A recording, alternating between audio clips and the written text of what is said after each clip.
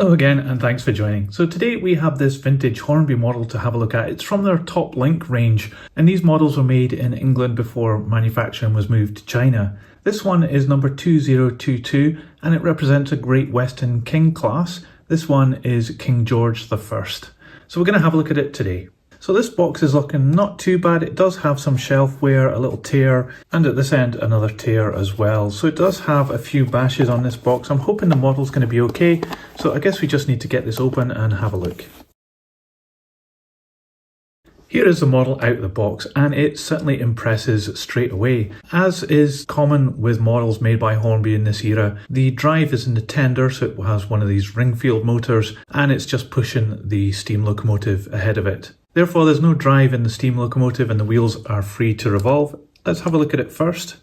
Now this does actually have some weight to it, it's not just all made of plastic, and the wheels revolve very freely. You can see the action there of the connecting rods. But one of the things you can see straight away is the absolute massive amount of movement on this front pony truck. This is very common on Hornby models of this era. I don't know why they gave it quite so much movement, it's a bit ridiculous. It looks a bit silly as well. Anyway, down at the front of this locomotive, we have a really nice buffer beam here painted in this really nice deep red colour, and it has the number of the locomotive 6006 there printed in a very nice transfer. We've got a vacuum pipe fitted. Now often these were extra parts that you could fit. This is a second-hand model, so possibly the previous owner has decided to fit those, but they look really good. And we have the buffers just made of plastic and they're not sprung at all. But the paintwork on the buffer beam is really well applied and there's no fuzziness at the edges. As we start to move up, we see some of the moulding detail here and the smoke box door. There's a good representation of the brackets and some of the rivet detail around here, but it isn't overly detailed at all.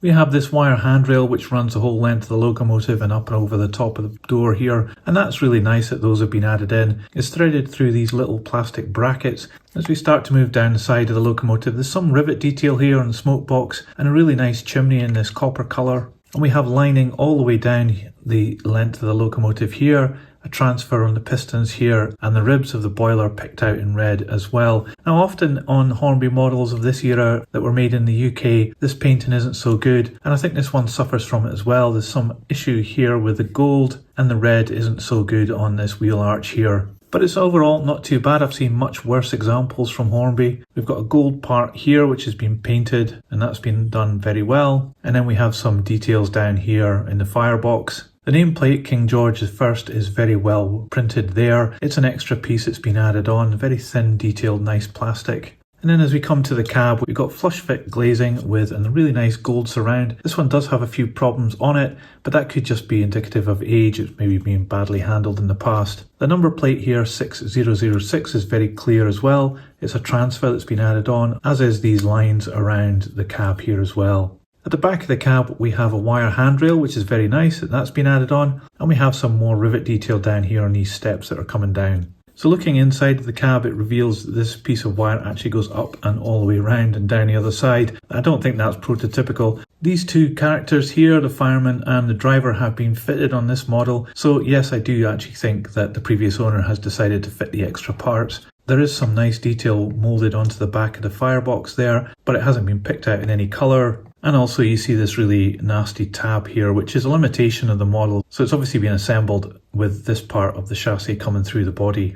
Down the other side of the locomotive, you do have this extra part added on. This is a metal part on this side of the locomotive, and you have this extra pipe here, which is made of plastic. This front bogie, I've already mentioned about the amount of movement it's got. It's just absolutely crazy. But it is made of metal, and it does have some really nice spring detail on axle boxes and rivet detail. Unfortunately, it has one of these large Hornby couplings fitted onto it, which you can't change. It's kind of fixed on with these rivets, so you're going to have to put up with that massive coupling at the front of this locomotive, which really does kind of spoil the character of the front. On the chassis, it's got some really nice rivet detail here and pipe work. The pistons also, these are made of plastic, but they do look pretty good. And then the connecting rods are all made of metal, but they do look a bit oversized. It has a plastic piston here added in. I guess that's just a limitation in cost, but these do look really oversized. However, the wheels are really good. They've got plastic inserts with metal surrounds, but they are very shiny, as is the connecting rods. You do have brake gear here, very close to the wheels as well and in line, which is nice. And then finally, just at the bottom here underneath the cab, we've got some more pipe work and another piece moulded on there. Underneath, there is no drive obviously on this model, but you do see that the coupling bar here has got some power transferring back to the tender, so I'm guessing it does pick up from some of these wheels here. Anyway, let's have a look at the tender.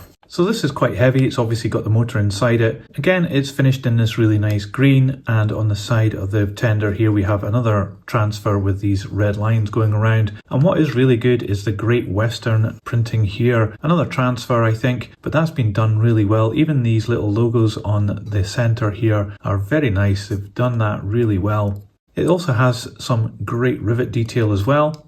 Here we have a moulded on handrail, but it's just in the main piece of plastic and it's been picked out in silver. There is some detail moulded in here, along with these brake wheels I think they are, but it's not really that convincing. And then further up top we have a pretty good representation of coal actually. I think it looks quite scaled, sometimes it's overscaled, but this one looks quite good.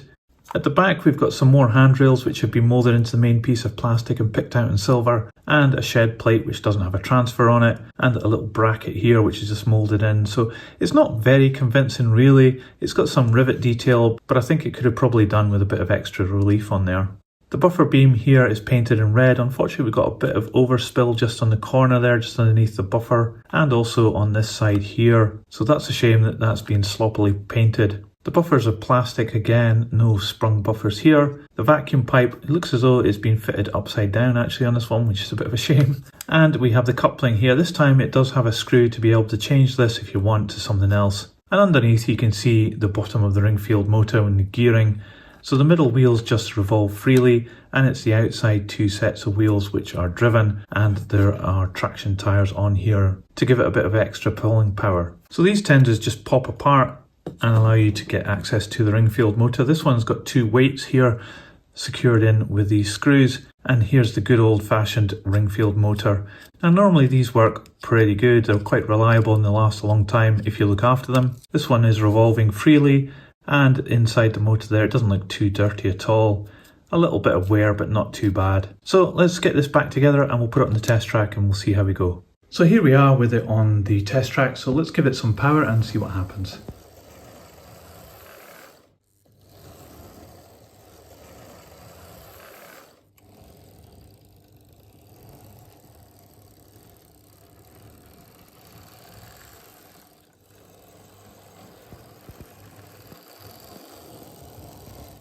Well, there was certainly no problems there with King George I. That Ringfield motor is working a treat, it just runs really smoothly and it had no problems whatsoever. But that said, it did actually wheel spin a little bit, especially when it was running in reverse and you added the power a bit too quickly. So maybe those traction tyres aren't working just quite as good as they should do. And it's certainly not the locomotive which is causing the problem because it's very free running. Anyway, let's see how much this weighs. So this model weighs 428 grams.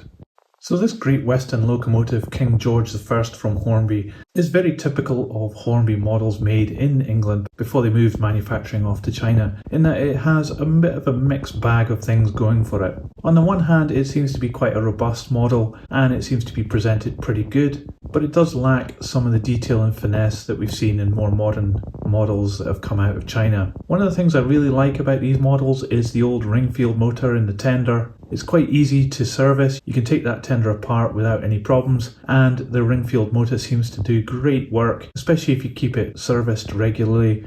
And you can see that here. This is actually quite an old model, I think it's maybe from the 90s, but it still runs really smoothly.